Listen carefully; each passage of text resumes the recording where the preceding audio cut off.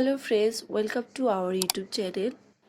আজকে আমি আপনাদের সাথে লেয়ার মুরগি কীভাবে খুব সহজ পদ্ধতিতে সুন্দর করে রান্না করা যায় সেটাই দেখাবো। এই জন্য আমি লেয়ার মুরগিগুলোকে খুব সুন্দরভাবে ধুয়ে নিয়েছি। দিয়ে এর মধ্যে আমি পেঁয়াজ কুচি দিয়ে দিচ্ছি। তারপর আমি কিছু পরিমাণ কাঁচামরিচ দিয়ে দিচ্ছি।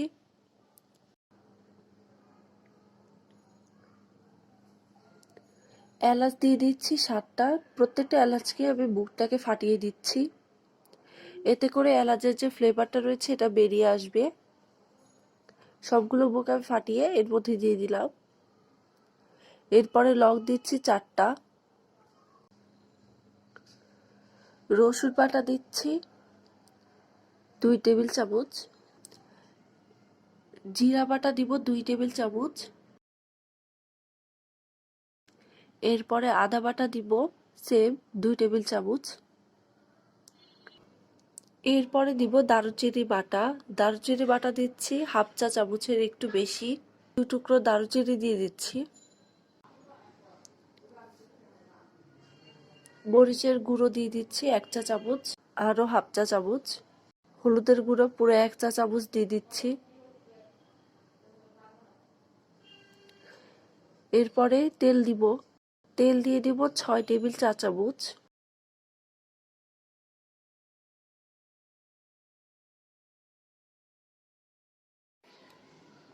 এরপরে আমরা লবণ দিয়ে দিচ্ছি 1 টেবিল চা চামচ আর হাফ টেবিল চা চামচ। রান্নার সময় টেস্ট করে আমি আরও 1 টেবিল চা চামচ লবণ দিয়েছিলাম।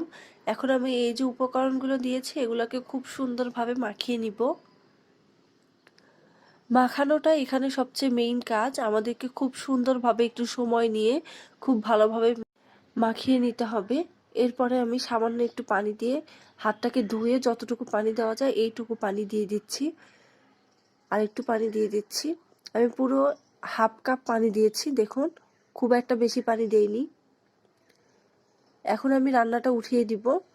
এখানে আমি কম পানি দিয়েছি কারণ এই যে যেটুকু পানি দিয়েছি ওইটুকু পানি দিয়ে আমি প্রথমে ভালোভাবে কষিয়ে নিব।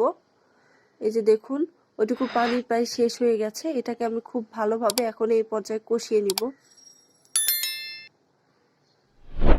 এই মাংসটা যেহেতু শক্ত হয় মুরগিটা, এই কারণে আমাদেরকে খুব ভালোভাবে কষিয়ে নিতে হবে যাতে মুরগির গন্ধটা সরে যায় এবং মুরগির যে শক্ত ভাবটা এটা ধীরে ধীরে কমে নরম হয়ে আসে।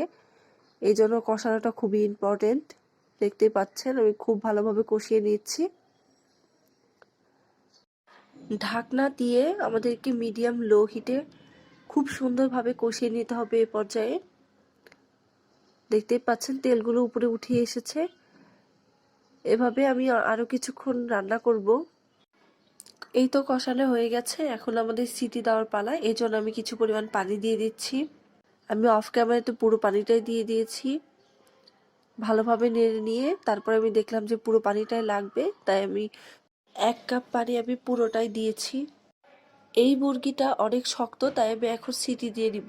7টা থেকে 8টা সিটি দিয়ে দিবে, তাহলে মুরগিটা অনেক নরম হবে।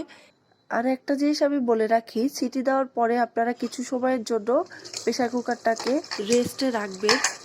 তাহলে দেখতে পাবেন যে মুরগিগুলো ওর মধ্যেও বেশ খানিকটা কুক হয়ে যাবে। আমি সিটি দিয়ে দিয়েছি। এখন দেখতেই পাচ্ছেন কত সুন্দরভাবে উপরের দিকে তেলগুলো উঠে আসছে। এ পর্যায়ে আমি কিছু রসুন দিয়ে দিচ্ছি। আপনারা এটা অপশনাল, চাইলে যারা খেতে পছন্দ করে রসুন তারা দিতে পারেন, না চাইলে সমস্যা নেই।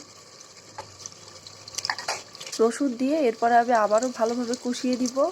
এই ঝোলটা পুরোটাই আমি ভালোভাবে কষিয়ে দিব।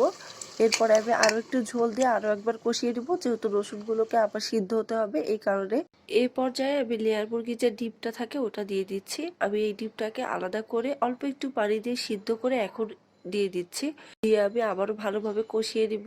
এ পর্যায়ে আমি ডিমটা দিলাম কারণ তাহলে ডিমটা আর ভেঙে যাবে না। আমি খুব ভালোভাবে কষিয়ে দিয়েছি। দেখতেই পাচ্ছেন কত সুন্দরভাবে কষানো হয়েছে। এখন আমি ঝোলের জন্য কিছু পরিমাণ পানি দিয়ে দিচ্ছি। আমি 2 কাপ পরিমাণে পানি দিব,